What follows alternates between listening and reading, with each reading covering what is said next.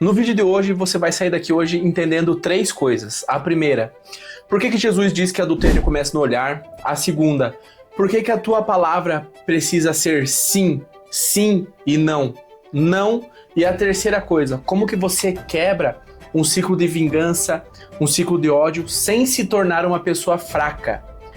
E como fazer uma das coisas mais difíceis da vida, que é amar os nossos inimigos. No vídeo de hoje você vai entender e aprender o que isso significa de fato. E no final do vídeo eu vou te ensinar a fazer uma pergunta que impede você de agir no impulso. E essa pergunta também vai te trazer para o eixo central, vai te trazer paz de espírito. E se você quer ser transformado de verdade, comenta aqui embaixo, eu quero. Isso é um compromisso que você faz com você mesmo. Aonde que a história parou até aqui? Jesus apresentou as bem-aventuranças, Jesus ele falou sobre o sal, sobre a luz, que sal é aquilo que dá gosto, que conserva, a luz é aquilo que ilumina, aquilo que faz a diferença na vida das pessoas. Jesus disse que não veio para abolir a lei, e sim para fazer ela se cumprir, para aprofundar a lei. Jesus também nos mostrou até agora que o mal começa dentro, que não começa só na ação. E agora ele aplica isso nas situações do cotidiano. O que vai ter no trecho de hoje? Depois de Jesus dizer que o problema do ser humano não começa no ato, mas no coração, Jesus continua o Sermão do Monte indo ainda mais fundo. Ele começa a tocar em áreas sensíveis da vida real. Essas áreas são o desejo, a fidelidade, que é um problema muito grave hoje, palavras impensadas, vingança e o amor aos inimigos. Essa é uma parte mais difícil que tem no trecho de hoje. Aqui Jesus deixa claro que o reino de Deus não é um código de comportamento externo, é uma transformação interior que muda a forma de você olhar, de reagir, a forma de você se relacionar. Isso não tem a ver com religiosidade, tem a ver com comportamento. O reino que Jesus traz é uma nova forma de viver sobre Deus. É uma nova forma de pensar e de agir. Para entender a passagem de hoje, é muito importante entender o contexto histórico e cultural. A sociedade daquela época, no trecho de hoje, era uma sociedade patriarcal. O que isso quer dizer? Uma sociedade patriarcal é uma sociedade onde os homens detêm o poder primário e eles são a autoridade predominante. Ou seja, quem manda é o homem e ponto, acabou. Manda na economia, mandava na política, mandava em tudo. Era uma sociedade, a sociedade patriarcal é uma sociedade marcada pela subordinação das mulheres, ou seja, as mulheres tinham que obedecer os homens e acabou. Era uma época também onde a honra e a vergonha tinham um peso muito grande, onde tinha muito julgamento entre as pessoas. Era uma época onde a lei regulava o comportamento externo e era uma época que tinha pouco espaço para ser falado sobre intenção interior ou sobre qualquer outra coisa. E Jesus rompe isso ao tratar os pensamentos, os desejos e as reações internas, como tem na passagem de hoje. Jesus começa no capítulo 5, do versículo 27 até o 30, falando que o adultério ele começa no olhar. O que Jesus diz? Ouvistes o que foi dito, não adulterarás. Isso é um trecho da lei de Moisés, da lei dos profetas. E ele continua, eu porém vos digo, todo aquele que olhar com intenção impura, já cometeu adultério. Ou seja, intenção impura. Aquela olhadinha maldosa que o cara dá pra mulher, aquela cobiça da mulher. É a mesma coisa que você tivesse feito o ato físico, porque já começou dentro de você. O ponto central aqui é o seguinte, Jesus não demoniza o desejo. É uma coisa nata do ser humano, é instinto. Jesus ele tá apontando pra objetificação do outro ser, tratar a outra pessoa como um objeto. O problema não é ver, é reduzir alguém a objeto do próprio desejo. É isso que Jesus está querendo dizer, é isso que Jesus está batendo na tecla. Jesus não está falando que sentir desejo é errado, ele está falando sobre alimentar fantasias que objetificam o outro, porque isso destrói por dentro. O foco de Jesus aqui não é reprimir as pessoas, é ensinar as pessoas a ter responsabilidade interna. O que você cultiva em silêncio molda quem você se torna. Os hábitos que você cultiva no secreto revelam a colheita que você vai ter em público. Então é muito importante a gente vigiar os nossos pensamentos, cuidar do que a gente está pensando. Hoje isso acontece quando alguém consome pessoa como coisas, por exemplo, a pornografia, quando alguém usa o outro para preencher um vazio próprio e não para ter um relacionamento, ela trata outra pessoa como um objeto. Hoje isso acontece quando as pessoas tratam as relações como se fossem coisas descartáveis. Problemas sempre acontecem. O que você faz e como você reage aos problemas é o que determina se você está agindo como Jesus agiria ou não. Jesus ele chama as pessoas para uma responsabilidade interior. Não era uma repressão cega. Não era como os líderes religiosos da época faziam, que era oprimir o povo. Jesus aqui, ele está ensinando as pessoas a ter responsabilidade interior. Quando Jesus diz que o adultério começa no olhar, ele não está falando de sexo, ele está falando de algo mais profundo. Ele está falando de um hábito, que era um hábito que existe até hoje de transformar alguém em objeto. Não é ver uma pessoa. É como se você consumisse uma pessoa. E isso que ele está dizendo que a gente tem que começar a cuidar. Eu vivia isso na prática quando eu trabalhei em uma imobiliária. Nós tínhamos um código ético e de valor muito claro dentro dessa empresa.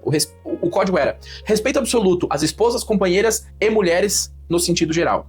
Um dia a gente foi visitar uma obra com o dono de uma construtora. Nós estávamos em 4, se não me engano, dentro do carro, passou uma mulher na rua e o dono da construtora soltou um comentário leviano, alguma coisa do tipo, nossa, olha só que gostosa. Automaticamente, como a gente seguia esse código de conduta, esse princípio, esse valor, todos ficaram em extremo silêncio dentro do carro. Ninguém deu uma risada, ninguém reforçou, porque ele estava esperando algum tipo de aprovação masculina ali no momento, e depois daquele dia nós cortamos qualquer tipo de negócio com essa pessoa. Porque ali naquele momento, eu entendi uma coisa. Caráter, ele aparece nas pequenas situações do dia a dia. Se essa pessoa, ele trai a honra da própria esposa com um comentário barato, com um comentário fútil desse, o que ele não faria com um parceiro de negócios, que seria o nosso caso?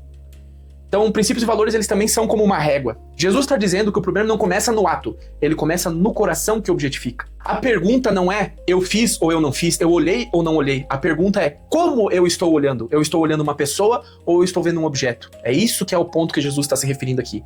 Se essa explicação que eu estou dando agora já trouxe clareza para você, já deixa o like nesse vídeo. Isso ajuda o YouTube a entregar para mais pessoas que precisam ouvir isso que a gente está trazendo aqui, que precisam ver essa série. E logo na sequência, Jesus fala das relações descartáveis. No capítulo 5, do versículo 31 e 32. Jesus aqui, ele está confrontando o divórcio. Jesus aqui, ele está confrontando. O divórcio naquela época, muitas vezes servia para proteger o homem e, consequentemente, deixava, pela situação do patriarcado, deixava as mulheres desamparadas, totalmente desamparadas. Na cultura da época, a separação era muito fácil para o homem e era uma coisa devastadora para as mulheres. Jesus, ele não fala de papel de divórcio, ele está falando de responsabilidade afetiva. Ele está falando o seguinte, que pessoas não são descartáveis quando deixam de atender às suas expectativas. Isso é um problema extremamente atual nos dias de hoje. O que Jesus está fazendo? Ele não está criando uma regra fria. Ele está protegendo quem ficava vulnerável, na época, as mulheres. O foco aqui não é a punição, não é uma regra. O foco dele nessa passagem é responsabilidade afetiva, responsabilidade relacional. Hoje isso acontece nas situações onde existem relações que são tratadas como produtos. Hoje muitas pessoas são descartáveis sem cuidado. Hoje ninguém quer lidar com consequência emocional. Na sequência, Jesus fala de um problema muito atual hoje também de palavras que não se sustentam. No capítulo 5, do versículo 33 ao 37. Jesus diz o seguinte, seja o vosso sim, sim, e o vosso não, não. Ou seja, sim é sim e não é não. Ponto. Jesus simplifica tudo. Jesus está falando para você hoje, não prometa demais. Não fale mais do que você pode. Não dramatize a verdade. Seja sincero, seja verdadeiro, seja honesto. Jesus está te falando para você ser confiável no básico. Quando alguém precisa jurar muito, geralmente é porque essa pessoa tem uma palavra que não tem mais peso. Essa pessoa já não tem mais moral, não tem credibilidade. No contexto cultural da época, os juramentos eram usados para dar peso na palavra.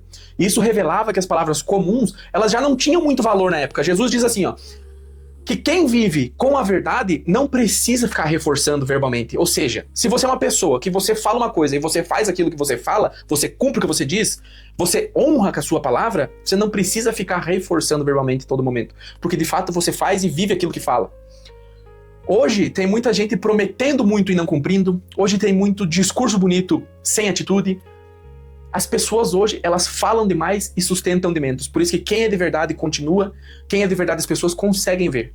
Agora nós vamos passar para um trecho muito emblemático e muito controverso, que é sobre abrir mão de vingança. Capítulo 5, do versículo 38 ao 42. O famoso olho por olho, dente por dente, que tanto se ouve falar. Essa lei está em Êxodo, no capítulo 21, no versículo 24. As pessoas confundem muito essa parte, porque essa lei de Moisés, ela não incentiva a vingança, como ao contrário do que as pessoas pensam. Essa lei, ela servia para limitar o dano, ou seja, para evitar a escalada da violência, para evitar que a violência aumentasse. Hoje as pessoas interpretam de forma equivocada, tratando olho por olho. Por exemplo, você fez mal pra mim, eu vou fazer mal pra você. Você me xingou, eu vou te xingar de volta. As pessoas interpretam o olho por olho dessa maneira. Jesus, ele vai além. Ele propõe algo mais maduro, mais evoluído. Ele diz pra gente não deixar que a agressão do outro defina quem a gente é.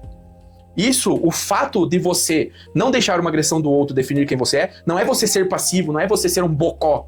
Isso é você ter domínio emocional. A pessoa que fala pra mim, eu não volto pra casa, eu não levo desaforo pra casa. Eu já fui essa pessoa, eu era essa pessoa que não levava desaforo pra casa. Até que eu percebi que isso me tornava não uma pessoa melhor. Essa atitude só me tornava uma pessoa desequilibrada. Afinal de contas, eu comprava algo que não era meu, uma ofensa, um xingamento, eu comprava aquilo que não era meu. A minha paz mental hoje vale ouro. Nada rouba a minha paz mental.